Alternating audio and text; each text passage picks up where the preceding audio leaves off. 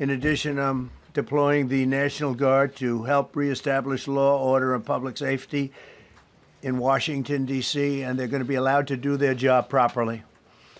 And you people are victims of it, too. You know, you're reporters, and I understand a lot of you tend to be on the liberal side, but you don't want to get mugged and raped and shot and killed. National Guard boots are back on the ground in Washington, D.C., ordered in by President Donald Trump to confront what the White House calls an alarming spike in crime. Dressed in full military fatigues, troops gathered at their headquarters east of the U.S. Capitol. They're part of an 800-member deployment working alongside D.C. police. Their duties: crowd management, perimeter control, and communication support. Most officials say will not be armed. A White House spokesperson said that the Guard will safeguard federal buildings, give law enforcement a safer environment to make arrests, and deter violence through a strong, visible presence. Press Secretary Caroline Leavitt confirmed the federal takeover of the Metropolitan Police will be reassessed in 30 days, with efficiency the key focus. Timeline for the security operations here in D.C., and also is there going to be an immigration component to this, and what would that look like? Look, if law enforcement officers encounter a criminal in this city, and they are an illegal alien, of course the appropriate measures to detain and deport that individual will be taken, as they should. No city should be a sanctuary for anyone other than law-abiding American citizens, and that has been the position of this administration since day one. As for the timing, we will reevaluate and reassess and make further decisions after this 30-day period is up.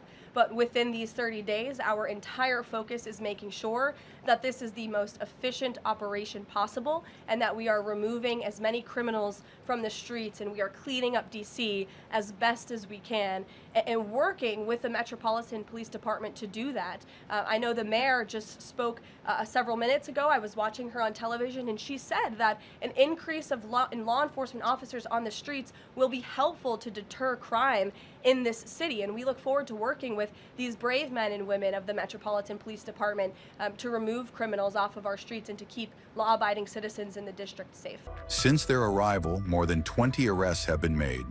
Charges ranging from homicide, firearms offenses, and narcotics trafficking to fare evasion, stalking, and possession of high-capacity magazines. The federal operation is being led by DEA Chief Terry Cole, who promises increased patrols with federal agents and local officers working hand in hand. D.C.'s Democratic Mayor Muriel Bowser, forced to accommodate the takeover, says it's the wrong way to do it.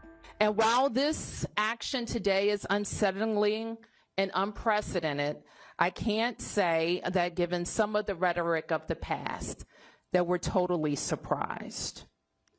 I can say to DC residents that we will continue to operate our government in a way that makes you proud. We will balance our budgets. We will deploy our services. Our kids are going to start school on August 25th. And we will work with the federal government to do the things that they should do for our city. We know that access to our democracy is tenuous. That is why you have heard me and many Washingtonians before me advocate for full statehood for the District of Columbia. We are American citizens. Our families go to war. We pay taxes and we uphold the responsibilities of citizenship. Though we pay taxes, in fact, we pay more than most states per capita. We're not a state. We don't control the DC National Guard. We don't have senators or full autonomy. Limited home rule gives the federal government the ability to intrude on our autonomy in many ways. I've said before, and I'll repeat, that I believe that the president's view of DC is shaped by his COVID era experience during his first term. It is also true that we experienced a crime spike post-COVID, but we worked quickly to put laws in place and tactics that got violent offenders off our streets and gave our police officers more tools. which is why we have seen a huge decrease in crime because of those efforts. We don't, I think I speak for all Americans, we don't believe it's legal to use the American military against American citizens on American soil. I'm not a lawyer, and but I think that's a fairly widely held fact.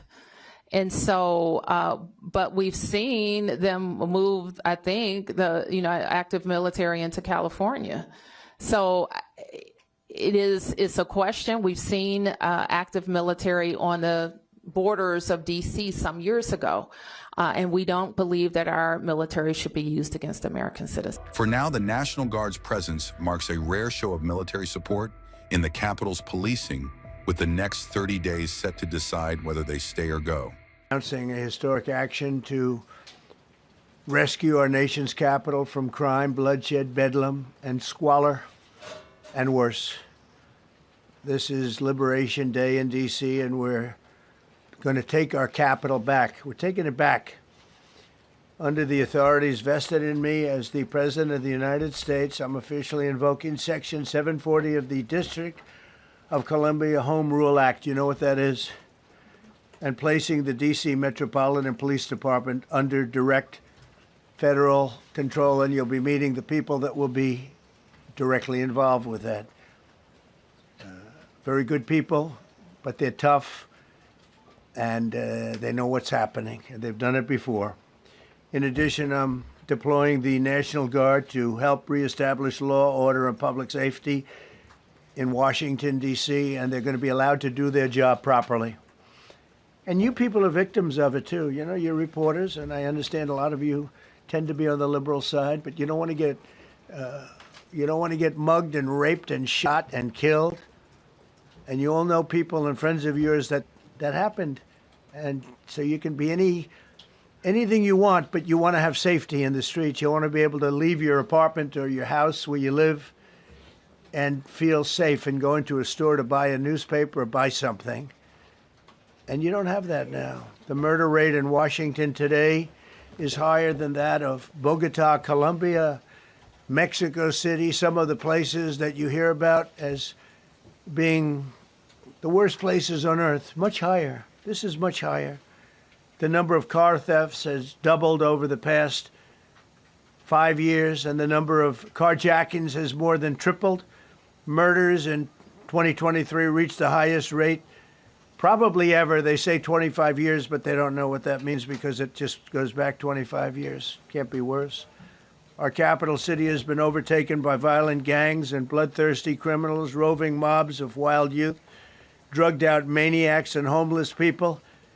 And we're not going to let it happen anymore. We're not going to take it. Just like we did on our southern border. Nobody comes through our southern border anymore. 3 months in a row, we had zero. I don't know if that's right, but the people that do the work, it's a very liberal group of people, actually, and they actually said zero for the last 3 months. Nobody thought a thing like that was possible. And, when you take a look at numbers, I just saw some charts. These are different cities throughout the world.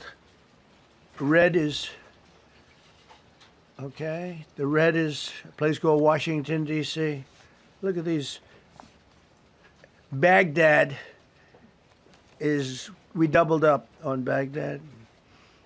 Panama City, Brasilia, San Jose, Costa Rica, Bogota, Colombia, heavy drugs. Mexico City, I mentioned, Lima, Peru, all double and triple what they are. So do you want to live in places like that? I don't think so. I don't think so. And I think the people in this room, if you wrote correctly, you'd see, look at the kind of numbers we have. D.C., 41 per 100,000, number one that we can find anywhere in the world. Other cities are pretty bad, but they're not as bad as that. Is that where you want to live? The reporters of the world? Juvenile offenders and crimes against persons, as they say. It's getting worse. Not getting better, it's getting worse.